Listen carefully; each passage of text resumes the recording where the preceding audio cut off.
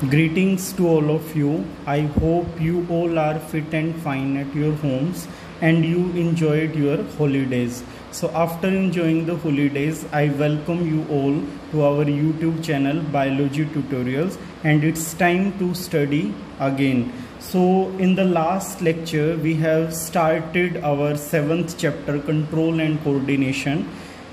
In that lecture we discussed about the structure of neuron and neuromuscular junction. Today we will be studying about the reflex action. So what is reflex action?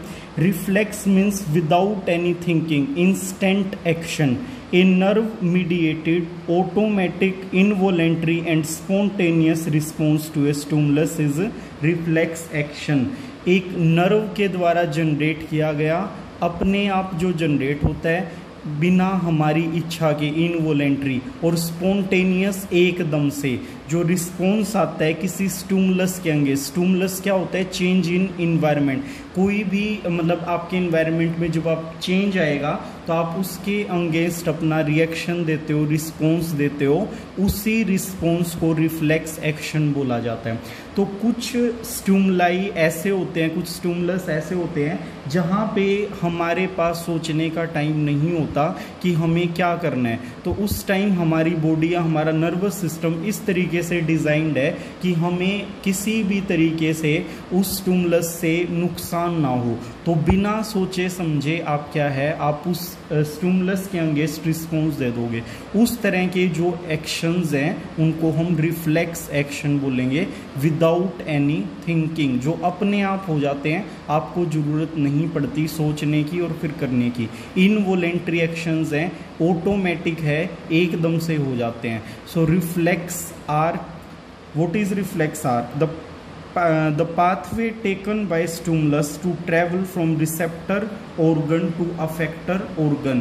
रिसेप्ट करने वाला मतलब जो receive करता है किसी भी information को, उसको रिसेप्टर बोलते हैं। तो आपकी बॉडी पे हर जगह रिसेप्टर्स प्रेजेंट हैं। जैसे पूरी की पूरी बॉडी है, कहीं भी कोई भी चीज़ टच होती है तो हमें पता लग जाता है।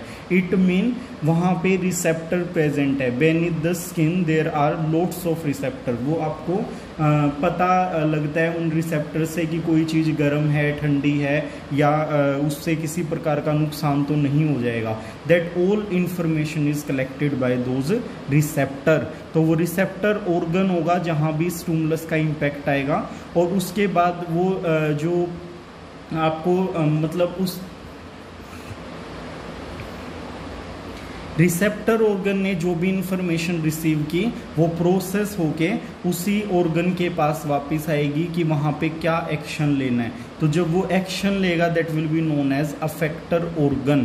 तो ये पूरा जो पाथवे है कि आपके सपोज कीजिए आपके हैंड पे कोई गर्म चीज़ या कोई नीडल है वो लग गई है एकदम से, तो वो क्या हो गया? आपका रिसेप्टर ऑर्गन हो गया। हैंड ने रिसीव किया, उसके बाद वो मैसेज किस तरीके से, कौन से न्यूरॉन से स्पाइनल कॉर्ड के पास जा रहा है, ब्रेन के पास जा रहा है, वापस कैसे आ रहा है, तो वो पूरा का पूरा जो पाथवे है उसको हम रिफ्लेक्स आर्क बोलते हैं।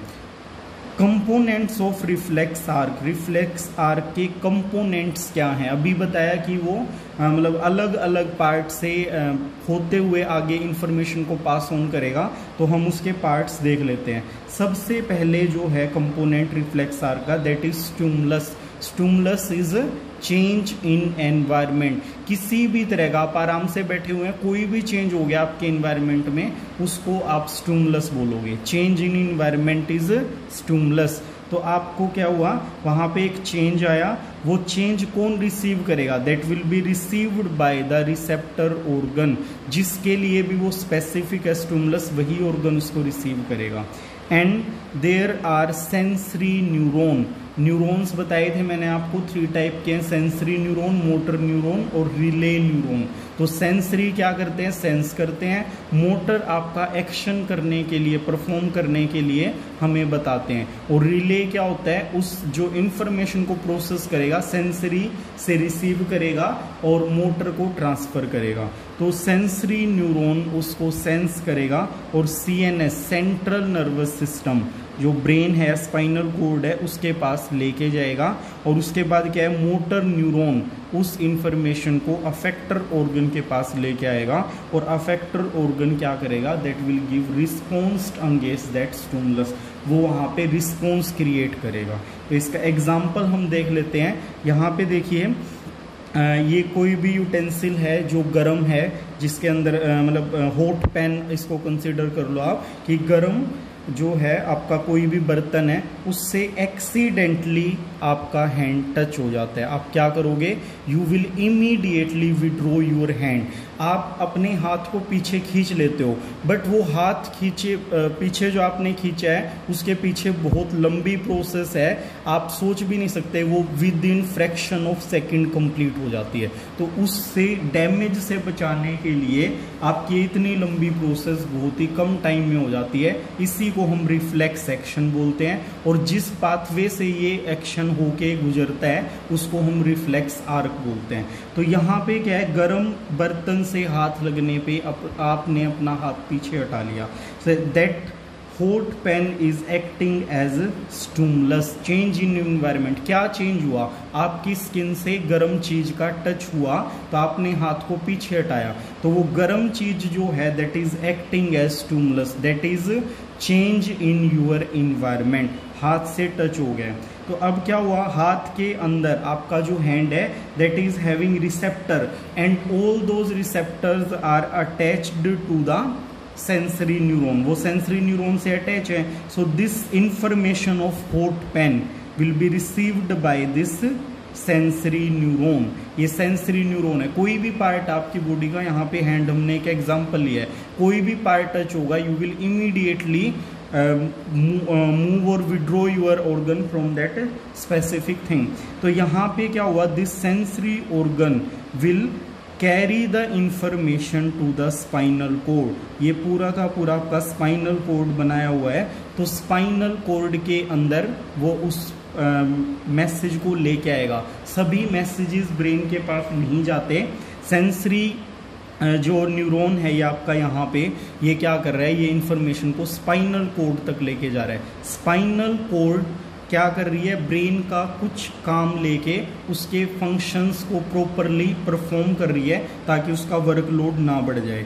तो स्पाइनल कोड इस मैसेज को रिसीव करेगी और सेंसरी न्यूरॉन इसको ट्रांसफर कर देगा relay neuron.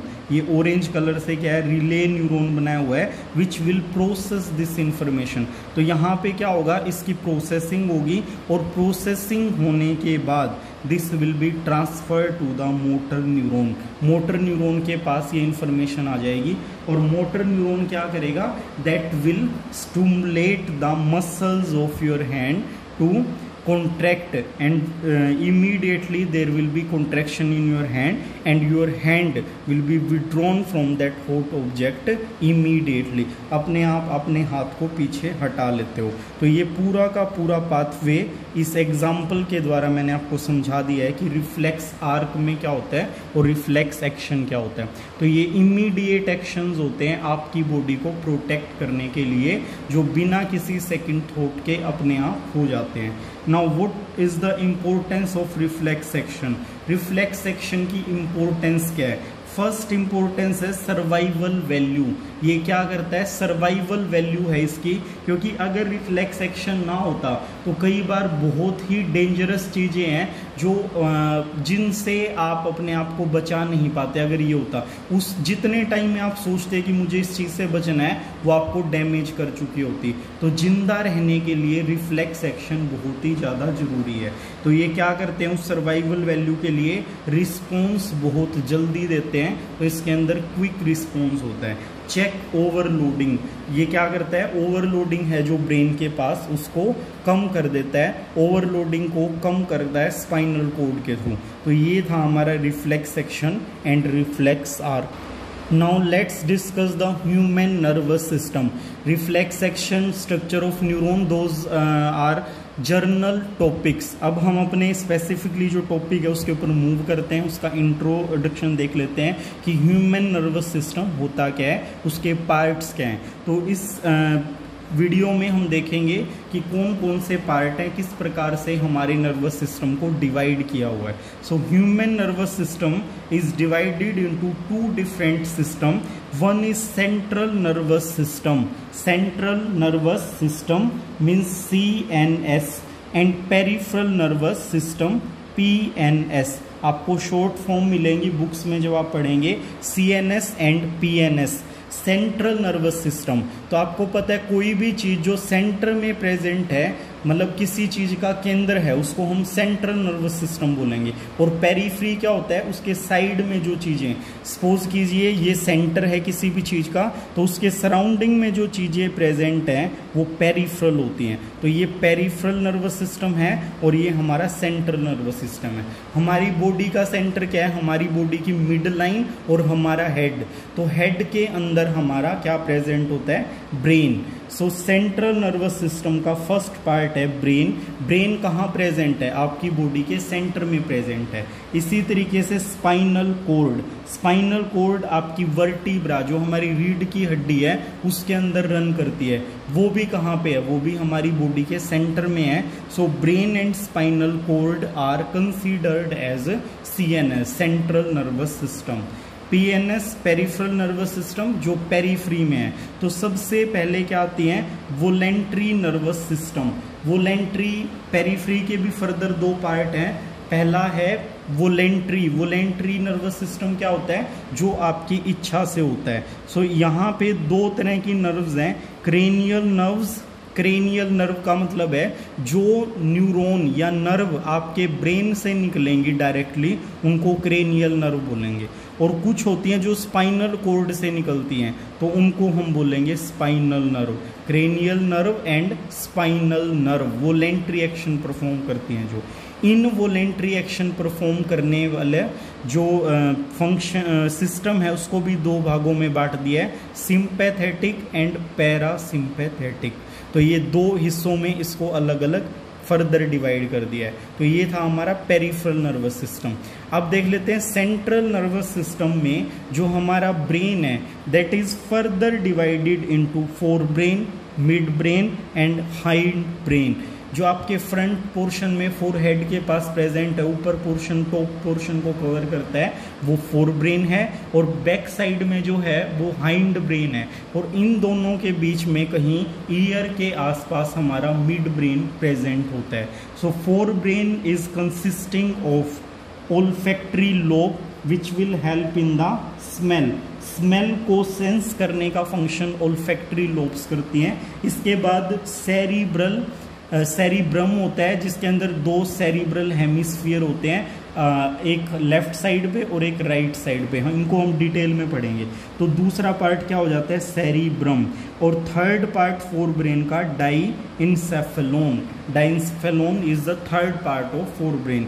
Mid brain is consisting of cerebral peduncles and corpora quadrigemina. ये 2 पार्ट हैं मिड ब्रेन के। मिड ब्रेन मतलब इन 2 पार्ट से मिलके बनता है, ये पार्ट उसके अंदर प्रेजेंट होते हैं। Third is hindbrain. Hindbrain is consisting of pons, cerebellum, यहाँ पे सेरिब्रम था, this is cerebellum, and medulla ऑफ लंगोटा। तो ये 3 डिफरेंट पार्ट हैं हाइंड ब्रेन के अंदर। So this was the general introduction of human nervous system. It is these are the different parts of human nervous system. We will study these parts and their function in the coming lectures. Thank you. Have a nice day.